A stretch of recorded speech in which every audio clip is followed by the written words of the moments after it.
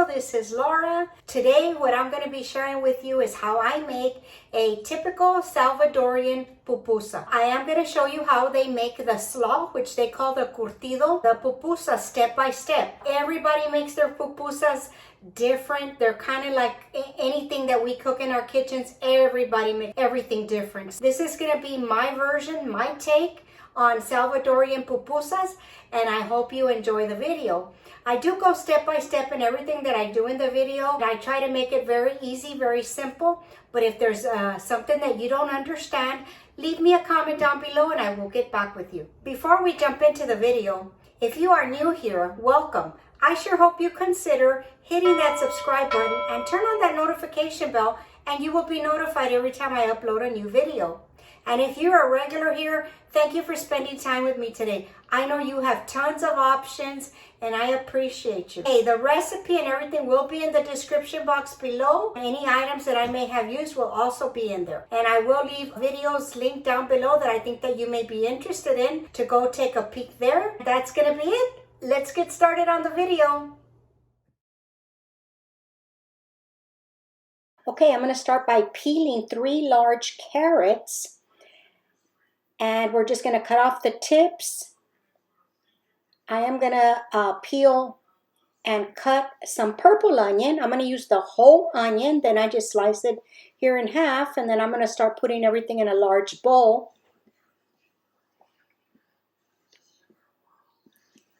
And here I am going to be cutting off the stems of the jalapeños and slicing them about 1/8 or 1/4 of an inch thick. If you don't want your slaw spicy, you can eliminate this step altogether if you're going to have children eating the slaw. I am going to use just 3 jalapeños, I think, in this recipe. And then I'm going to clean up the cabbage, and I'm going to take the core out.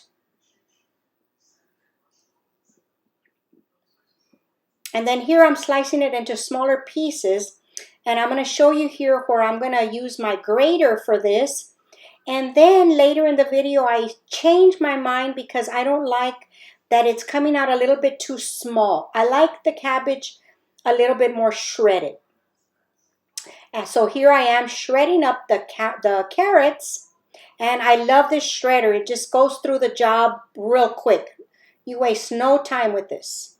And there I am slicing the cabbage, as I told y'all in the beginning. I like longer shreds. It looks better with the slaw, and I just liked it better. And there's everything in the bowl. Okay, so now we have all our vegetables here, the carrot, the jalapeños, the cabbage, and the onion. Now I'm going to transfer you over to the stove. I'm using this big wok. You can use a regular skillet and just use a little bit of cabbage at a time. We're going to cook this down just a little bit, not too much. We're going to give this a little good mix. We're going to cook it down. This is going to shrink down. We're not going to cook it too long.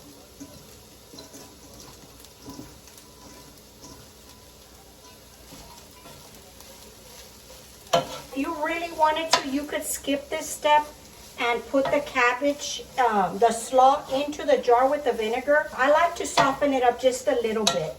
And you'll see it's not going to be long. It's just going to be a couple of minutes. I think that it pulls out the flavor of the vegetables better than if you just put it into the vinegar.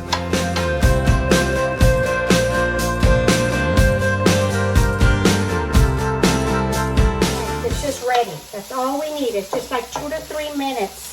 And you're good. So I'm going to turn this off and I'm going to put the rest of it in.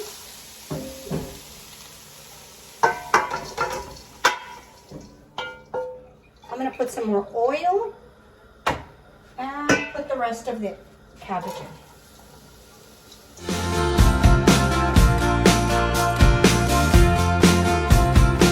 All right, guys, this is ready. I'm going to transfer y'all back over to the counter and we will finish this off. All right, here we go to finish this off. So here we have the cabbage. I'm going to give it a good mix to make sure everything is incorporated. Okay, now the first thing that we're going to add is some water. I will put the quantity of the water that I put down in the recipe below. I'm going to put 2 cups. And I'm also gonna put 2 cups of vinegar. I am using apple cider vinegar. You can use the regular vinegar if you prefer. That's up to you. I go by taste. So I'm first gonna put this amount. Then if I need more, well, we'll add more. And now I'm gonna add the salt. You need quite a bit of salt to this. I'm gonna add here a tablespoon and then I'm gonna taste it. And the same for the Mexican oregano. We're gonna do that. I'm gonna put it into my hand and I'm gonna rub it. And that brings out the flavor of the oregano. You can really, really smell it. Don't leave out the oregano. That's what makes this recipe so delicious. Okay, so now you're just gonna give it a mix. Make sure you have enough liquid. And this will last you in the refrigerator anywhere between, this is better, first let me say that this is better after a couple of days. So if you let this sit, make this a couple of days in advance before the pupusas, and believe me, you'll love it. Look at all that. Now I'm gonna taste the liquid to make sure I have plenty of salt. Yeah, I need a little bit more salt. It's a little bit bitter. And also what I like to add is a teaspoon or so of sugar. You want the acidy flavor, but it takes away that bitterness. So you just need a little tiny bit of sugar, and believe me, that makes all the difference in the world. I know this, everybody makes their food different, so I'm just sharing with you how I make it. This may not be an actual, Salvadorian way of doing it, but this is my way to do it. You learn to change things the way your family likes it. Okay, now I'm gonna taste the liquid one more time, make sure it's where I want it. Perfect, perfect, perfect. Okay, I'm gonna transfer this over to a jar. I'll be right back. All right, now for packing, I like to use only glass. I don't use plastic for this. First of all, the acid will stain up all your plastic stuff, and this is easy to wash. No problems with it changing colors and stuff. So I start adding my cabbage in here, and I'll leave it in the refrigerator for a couple of days before I use it. You can also put it in mason jars. I'm gonna put some of the liquid in here. See how nice that looks? Okay, and then I'm gonna do the jars. Jar gets a little bit harder. And then I will add more of the liquid. See how much liquid? I'm gonna add some more. So let me get another jar.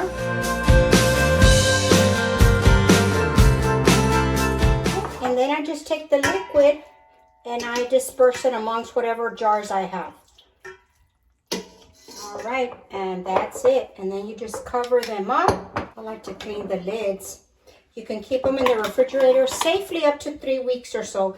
But every once in a while, I go into the refrigerator, see how the liquid all goes to the bottom, and I will flip them upside down. Just make sure that your lids are securely on.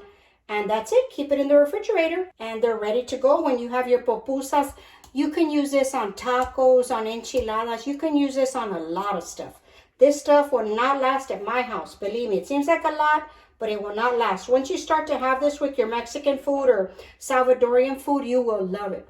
Okay, so there you go. I just give them a good shake every couple of days or so, and you're good to go. We're going to start with the salsa for the pupusas, or you can use it for whatever you want to. This is very tomatoey, so we're going to add first our jalapeños. You can use chile serranos if you prefer. Okay, so we're going to put about 2 big ones, and I'm going to put 2 chile serranos, and the rest is going to be tomatoes. And you want your tomatoes very ripe. Lots of tomato. Very, very soft and ripe. Okay, we're going to put 1 clove of garlic and 1/4 of a white onion. And then we're going to put the water. I'm probably going to need a little bit more. Okay, and then we're going to add our salt. Lots of salt. And that's it. We're going to cover this, and we're going to let this come to a boil, and we're going to let it boil or simmer, a hard simmer for about 15 minutes, okay? Because we want this very, very soft. So I will be back when that time comes. Okay, here is our chile for the pupusas. It's been simmering for about 20 minutes. I'm gonna cut it off and let it cool just a little bit before we puree. All right, we're gonna puree the chile. I just have my regular blender. I'm not gonna use all the water in this, okay? So I don't try to put too much of it. I will measure it after I get all my vegetables in. Okay, now as you can see, how much water is already in there. I'm going to put just probably one more scoop of the water from the boiling, and that's probably going to be it right there. And then I'm going to add more salt. Okay, you always want to salt your hot sauce, otherwise it's not going to taste like anything. Okay, let's go ahead and puree this, and we're going to puree this until very, very smooth, okay? So here we go.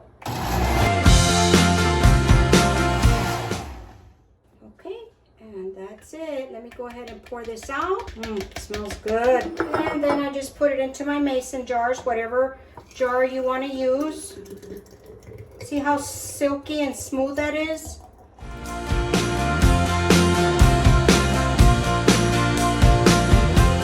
Alrighty, for the pork, for the meat for the pupusas, I am using about 3 pounds of pork butt. Use whatever cut you like. In this recipe, it's optional. Use whatever cut you like. You want a little bit of fat because, of course, the dough is dry, and on the inside, you want it a little moist. So I'm going to set this aside. I'm going to show you what I'm going to use just to season the meat. Okay, we're going to put in some celery.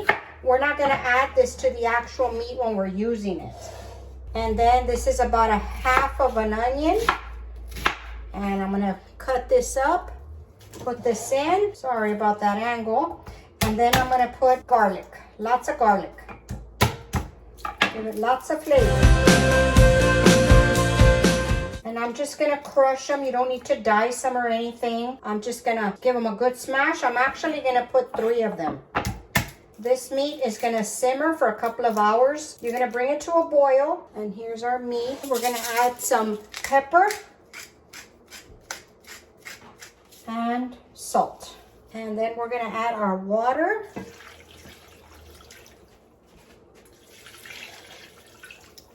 Okay, I'm going to pop this on the stove. What I'm going to do is I'm going to bring this up to a boil, and then I'm going to turn it down and let it simmer for about 2 hours or so.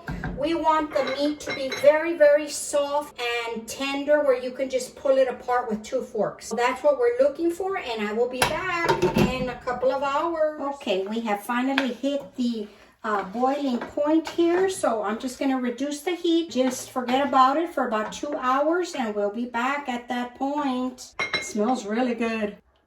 Alrighty, we are going to start on the meat. We had already cooked our meat. It's right here, and we're going to get our vegetables ready for this recipe. Okay, I normally put bell pepper. It doesn't have to be red and green. You can put whatever you like, whatever color you like. I just like the flavor that it gives.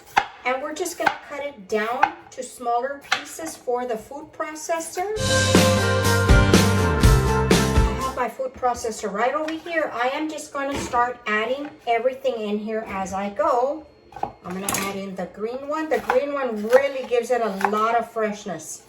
People make these things in so many different ways. I mean, you can tell, oh, it's like this, it's like that. No, you make them how you like them, how your family likes. Now I'm going in for the onion. The same thing with the onion. I'm just going to cut it into smaller pieces. And then I like to add a little bit of celery.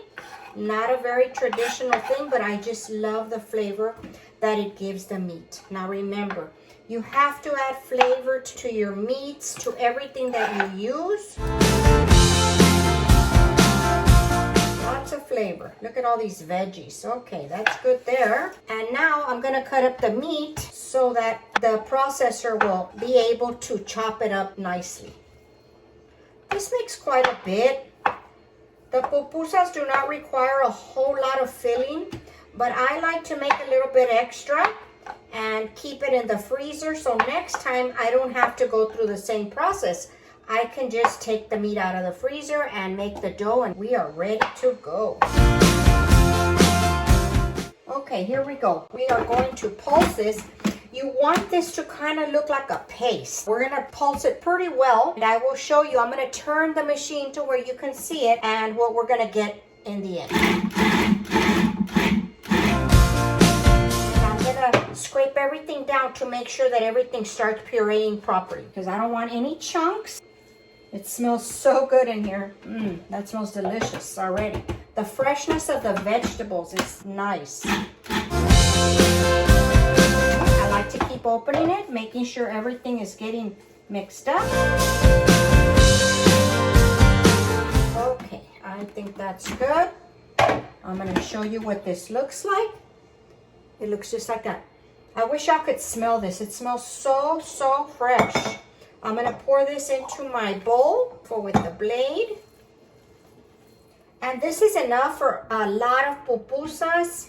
So we're not gonna use all of this when we start making our pupusas. Like I said, I just make enough, save the rest for another day.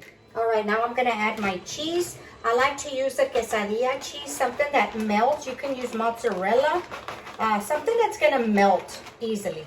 So this is a cup of quesadilla cheese. People normally make these. They put their meat and their little cheese here, and as they're making the shell, the masa, they put the meat then the cheese. Well, I just find it easier to do it this way. Everything is mixed already. You don't have to be dipping into two different things. It's just technique. I think the technique, everybody has a different technique to make these.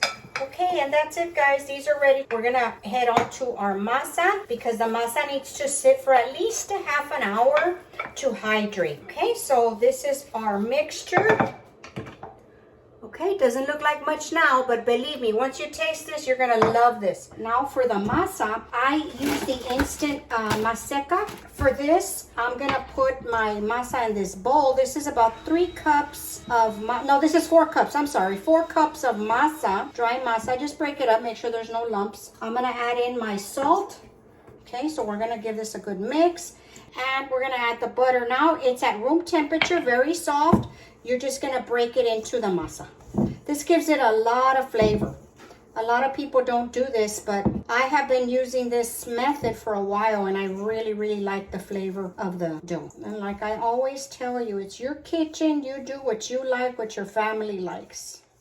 You're the one that's gonna eat it, so you have to change recipes the way your family eats. Okay, that should be good right there. We're gonna add in the water. This has to be a little bit softer than the consistency of the dough for the corn tortillas. So if you're accustomed to making tortillas, you'll know what I'm talking about. If not, I'm gonna show you here right now. This takes the dough, the masa, a little time to hydrate. It just drinks up this water. Okay, I'm gonna add some more. That may seem like a lot, but believe me, this is gonna drink it up. And then I just take it out of my bowl and I put it on my counter. To me, this is the easiest way to do it. I give it just a good kneading. Make sure that all that masa is hydrated. I'm going to show you here in a minute. You want this really soft. You want it to where it's not going to stick to your hands. Okay? Sometimes you let it sit. When you let it sit in the bowl, it starts to firm up a little bit because it needs more water. To me, this is going to probably need a little bit more. I'm going to add just a little bit more. Okay, and that's it. Okay, and that's it. I'm going to put it back into the bowl, and I'm going to cover it and let it sit for about half an hour so that it can hydrate, and then I will check the texture in a little bit. Okay, we're back. I pulled out a couple of things to help us out. The dough, the masa, I added a 1/4 cup more water into it about halfway through the resting period, okay? The size that I like to make them is about 4 ounces. So I have my scale here, and let's see. I made them about 4 ounces. They don't have to be perfect. I mean, once you start to make them, you'll get the feel of the size. Okay, so they're about 4 ounces, and you take that amount of dough, roll it up in your hand, just like that. Just make a nice round ball. Let me get this out of the way. I just wanted to show you the amount of dough that it takes here. If you wet your fingers a little bit, wet your hands, it's easier for you to press out the dough. So all you're gonna do is you're gonna cup your hand just like that. You're gonna put the ball down and start pressing with your fingers, but keep your hand cupped just like that. And you're gonna be pressing over here on the edges, just like that. You see how it starts pressing out nice? And you don't wanna go too thin right here because that's where our filling is gonna go. So you're pressing the edges out. If it starts sticking, just put a little bit more water, no big deal. Okay.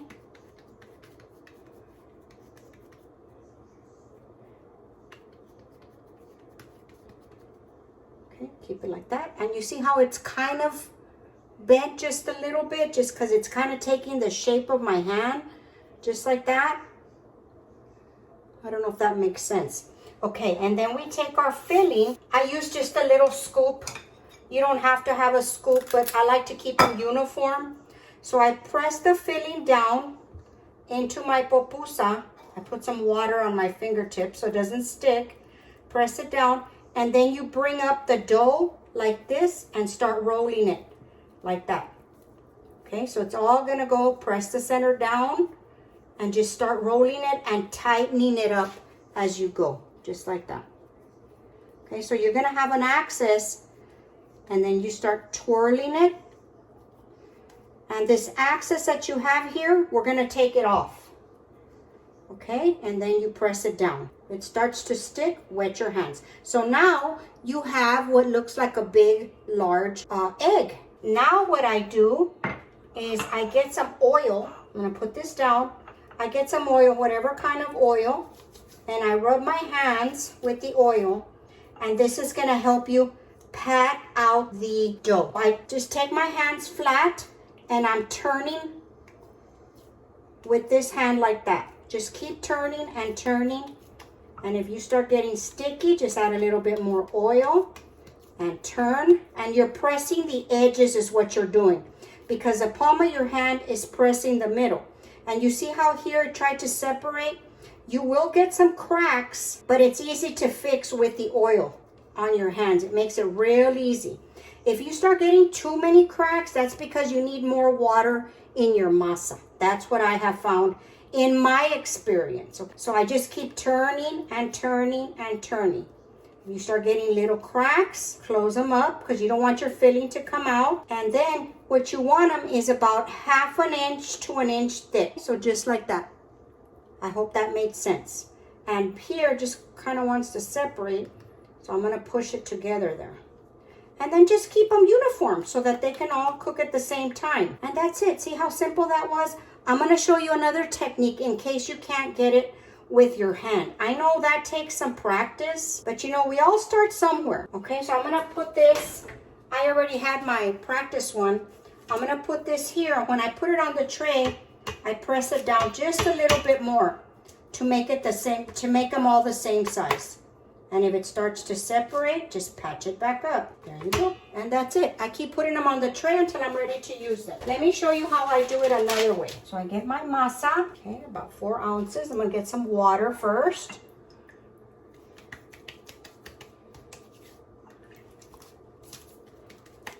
Okay, I'm gonna roll it into a ball, just like that. And then I start to pat it out, just a little bit. And then I put it down on my parchment paper. I use a parchment paper to help me out. And I just pat it out. And I try to curve the middle a little bit. Make the middle part thinner this time.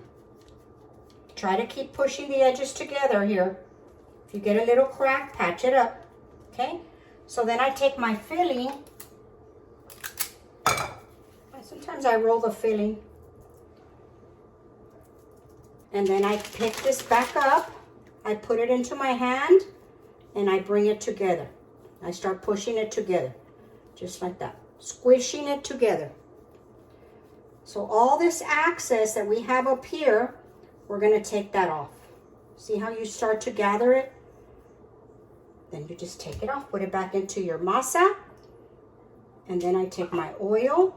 Believe me, the oil and the water, that's your trick right there. That's going to help with all this. Now you put it back You can't do it on your hand, no big deal. Put it down on the parchment paper. Make sure you're not getting any cracks. At the other side, and I just keep turning the parchment paper.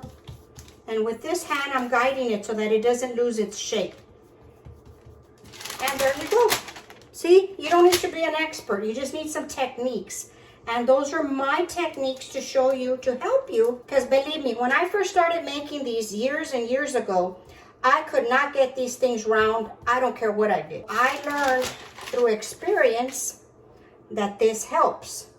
Okay, so I'm going to just get this round. And see, no cracks because my dough is hydrated. And that's it. We're going to put it on the tray. And you can't even tell the difference which one was made by hand, all by hand, or on the counter. Don't let that intimidate you. You know, find ways to make things work. I'm gonna keep going with these guys and then we're gonna cook them up.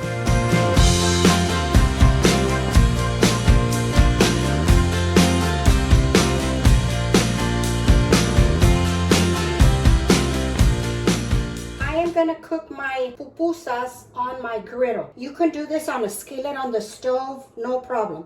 I'm just doing this for the sake of the video. I have it nice and hot. It is at 350 degrees and I am going to put some oil and this is going to give the pupusas a little crispiness, nice golden brown color. And here we go. Ooh, listen to that. Plus I can cook a whole bunch of them at the same time. That's why I like to use my griddle. Okay, you don't want to cook them too high because you want the dough to cook on the inside. I got 12 pupusas out of that quantity of dough that I gave y'all, and the last one was a little baby one, but still a good size, good for the kids. Okay, so we're gonna keep an eye on these. I'm gonna flip this just so we can see. It still needs a bit. We like them real nice and golden brown. All right, we're gonna give these a check. Look at that. That's exactly what you want right there. If it needs a little bit more, just wait. This takes about 3 to 4 minutes per side. Because you really want that inside portion to cook. So you don't want a mess on the inside. Now they're hot. We're going to let them go on this side. Don't they look pretty? They look delicious. And I like to turn them while I have them on here. This way, if there's a hot spot or something on your grill or your skillet, it will cook all the way through. So we want those to cook and we will be back in a few minutes. Alrighty, these are ready. I'm gonna take them off. And look at that, delicious. I'm gonna let these go a little bit longer. But I just love that extra crunch, guys. Okay, let's go ahead and plate this up and give them a taste so you can see the inside. Okay, everybody, the pupusas are ready. This is how I plate them up. There's our salsa that I like to use with the pupusas, very traditional. And there's the slaw, they call it the curtido. And of course, my version of the Salvadorian pupusas. Okay, let's give this a taste. It's been really hard not tasting these, waiting to take a picture. So what I'm gonna do is I'm gonna plate one of these up. What we're gonna do first, let's go ahead and just break into one of these so you can see what they look like. Look at that. How delicious. Okay, and let's get some of the slaw. Traditionally, it goes on top, or have it however you want it. That's up to you. And then we pour our delicious salsa on top. And look at that, how delicious. Okay, and then I'm just gonna sprinkle a little more of this shredded queso fresco. And there we go, look at that. Okay, here we go.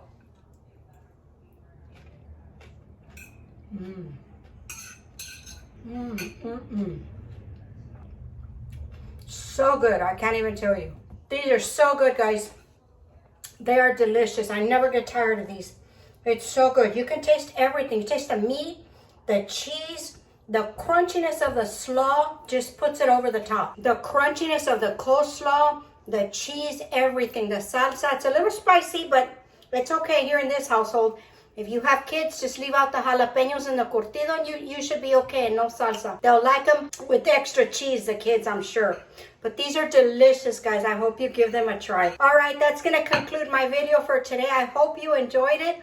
I enjoyed making it for you. Don't forget, thumbs up. Comments really helps out my channel, and I would appreciate it. Don't forget to share with family and friends. And go follow us on Facebook and Instagram. Okay, guys, I'll talk to y'all later. Bye.